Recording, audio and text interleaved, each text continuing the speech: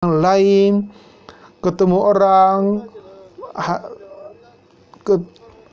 mengundang mereka untuk acara. Memang itu yang baik, tapi sebelumnya kami masih belum bisa ada kepercayaan bahwa Tuhan yang akan kerja kepada kami. Jadi saya masih mempunyai keberatan untuk mempersiapkan acara itu.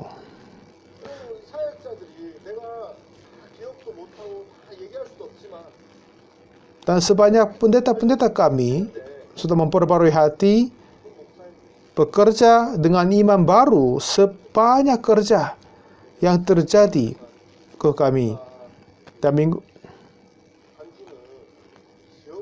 Dan selama 2 minggu Pak Pendeta tinggal di New York, dan setelah itu yang minggu ketiga dia mau kunjung gereja-gereja di yang kota-kota lain. Jadi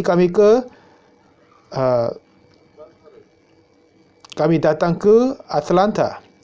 Di Amerika ada banyak pendeta yang kerja di sekolah, bukan pegang jemaat tapi kerja di sekolah.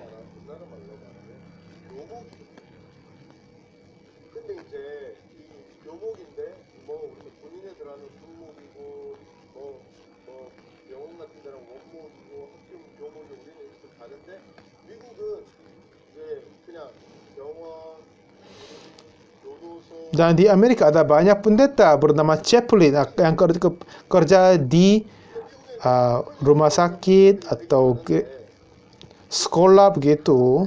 Asosiasi pendeta di chaplain, dan kami bisa ketemu salah seorang ketua daripadanya, namanya Dr. Mora, pendeta Dr. Mora.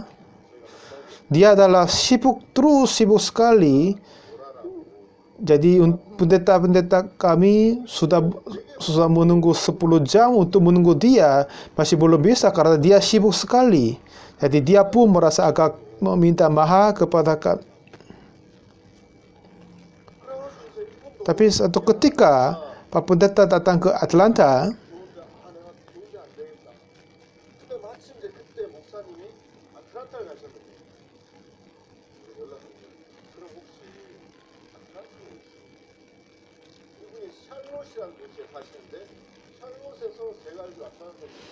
dan dia tinggal di Charlotte, itu 4-5 jam perjalanan dari Atlanta. Dan kami sudah apakah Anda bisa datang ke Atlanta? Ya, saya bisa datang. Dia datang ke Atlanta, ketemu pendeta Pak 7:30 atau 9 pagi. Jadi dia berangkat dari rumah jam 4 atau 5 pagi. Dan langsung ketemu Pak Pendeta Pak. Kami memberikan Injil kepadanya di Yeremia 31 ayat 31, perjanjian baru itu kan. Dan ketua asosiasi chaplain dia tersentuh setelah dengar firman Tuhan, membuka hati kepada kami.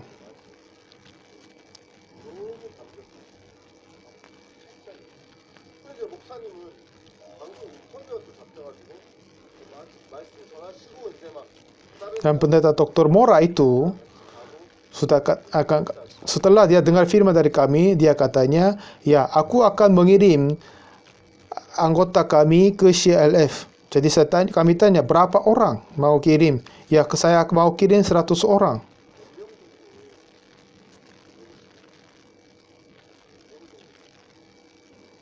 Oh ya, apakah aku bisa kirim 250?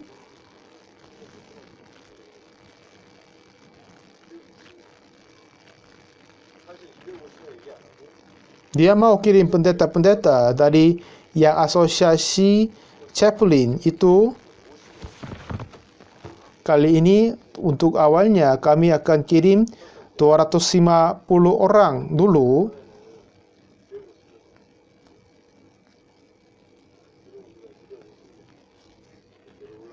Kalau kami kumpulkan 250 orang, kami sendiri, itu susah sekali.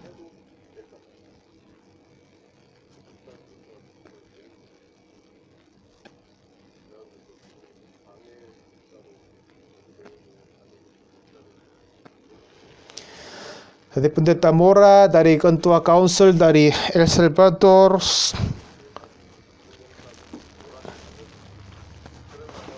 dan mereka bilang dia akan kirim 250 pendeta dari Washington, Atlanta, Chicago, dari mana-mana. Seperti gini Tuhan tetap membuka jalan ke kami.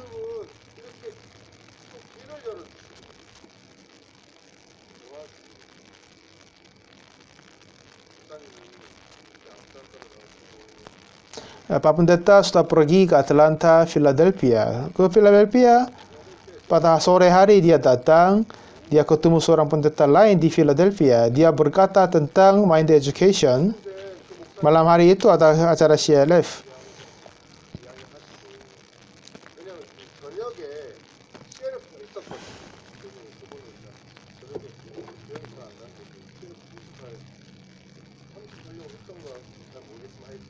Dan setelah selesai omong sama pendeta itu,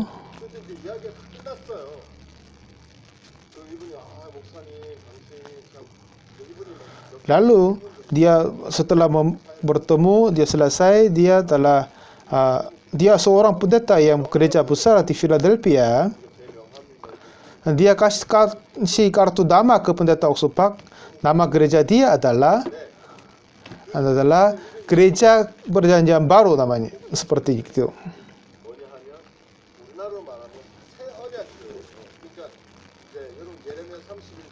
Dalam bahasa Inggris katanya Perjanjian Baru New Covenant kan.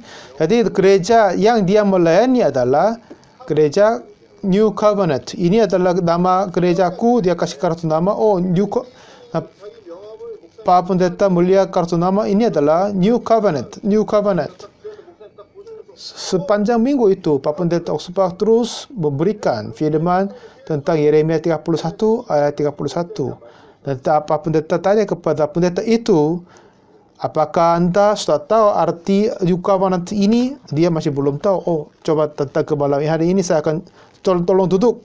Dia aku jelaskan. Dan dia jelaskan.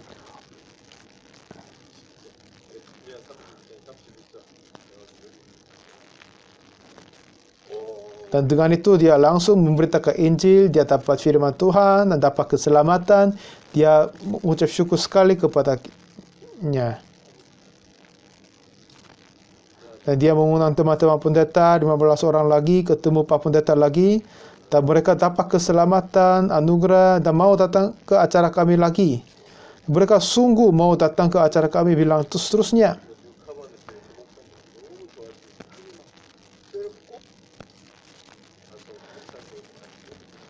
Jadi saya sudah melihat Tuhan kerja yang heran, yang besar sekali.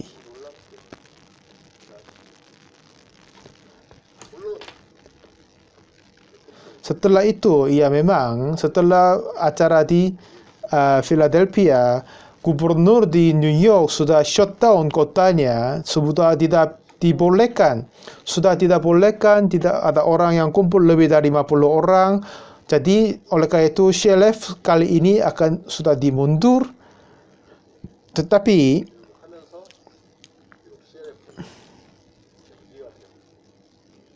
memang Tuhan di dalam Tuhan tidak sama sekali memberikan kutuk kepada kita.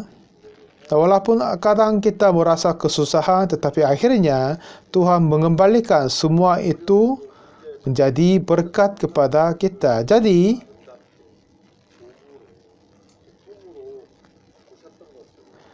kami mempunyai harapan baru dan bahwa dia akan bekerja besar-besar di dalam CLF. Kali ini memang kebanyakan gereja dari luar negeri sudah berjanji datang, tetapi di dalam Amerika juga ada banyak sinode yang jumlahnya lebih jutaan, mempunyai 7 juta, 8 juta orang. Mereka mau, yang pendeta-pendeta yang pegang jemaah berapa jutaan orang mau datang juga. Pendeta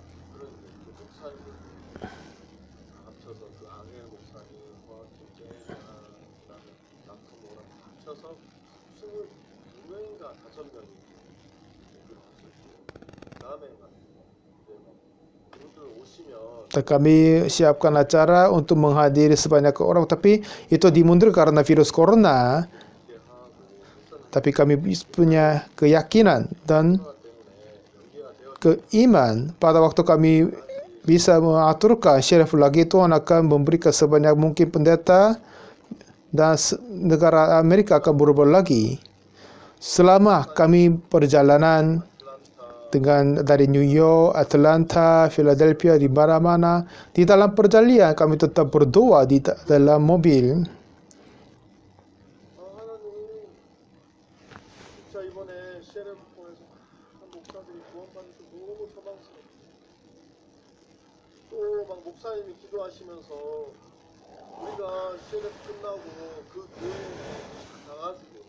Dan kami mempunyai harapan pada waktu kami akan membuka acara, sebanyak pendeta yang kami sudah kenal akan datang, kami bisa bersahabat dengan mereka. Itu seperti mimpi ke kami. Pada waktu saya menyerahkan semua bekerja kepada Tuhan, Tuhan mengerjakan lebih besar daripada pengusahaan saya dan memimpin semua kerja dengan berkat. Tadi kami membaca Kejadian 39 tentang Yusuf. 39, dia dibenci oleh kakak-kakaknya dan dia dijual kepada sampai Potifar, dan dia menjadi pekerja di dalam rumah Potifar. Yusuf ini adalah bayangan Yesus Kristus.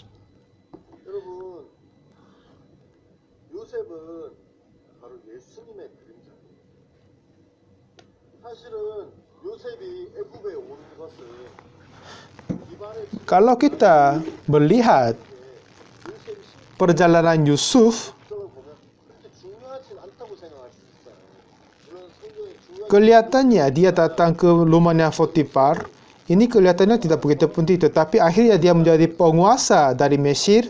Dia menyelamatkan orang dalam ke-7 tahun kelaparan. Dan keluarga Yakub akan menjadi negara Israel.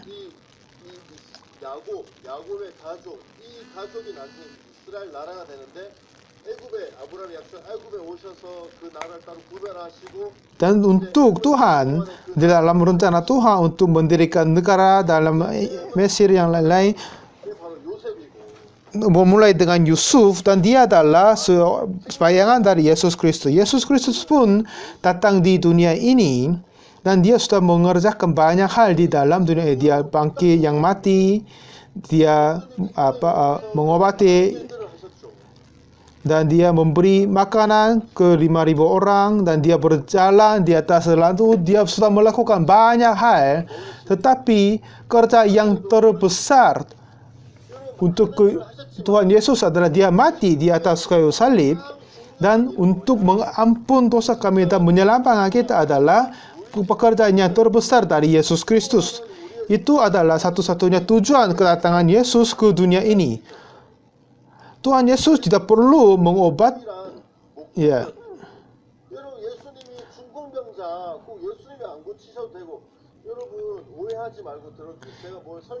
Memang Tuhan Yesus telah melakukan sebanyak mukjizat di dunia ini, tetapi apa yang terbesar, apa yang terpenting adalah dia mati di atas kayu salib dan mengampun semua dosa manusia.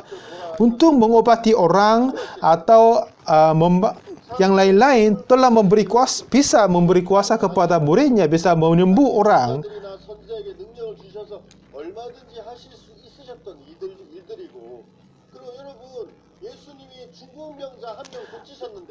Kalau Tuhan, kalau kita membaca Matius, Markus, Lukas, dan Yohanes, Tuhan Yesus telah melakukan sebanyak bekerja, telah menulis di dalam kitab-kitab itu. Tetapi hal yang pekerjaan terpenting, yang terbesar yang Tuhan Yesus melakukan adalah dia mati di atas kayu salib. Itu adalah yang terbesar, yang terpenting. Dan kenapa Tuhan yang kerja-kerja yang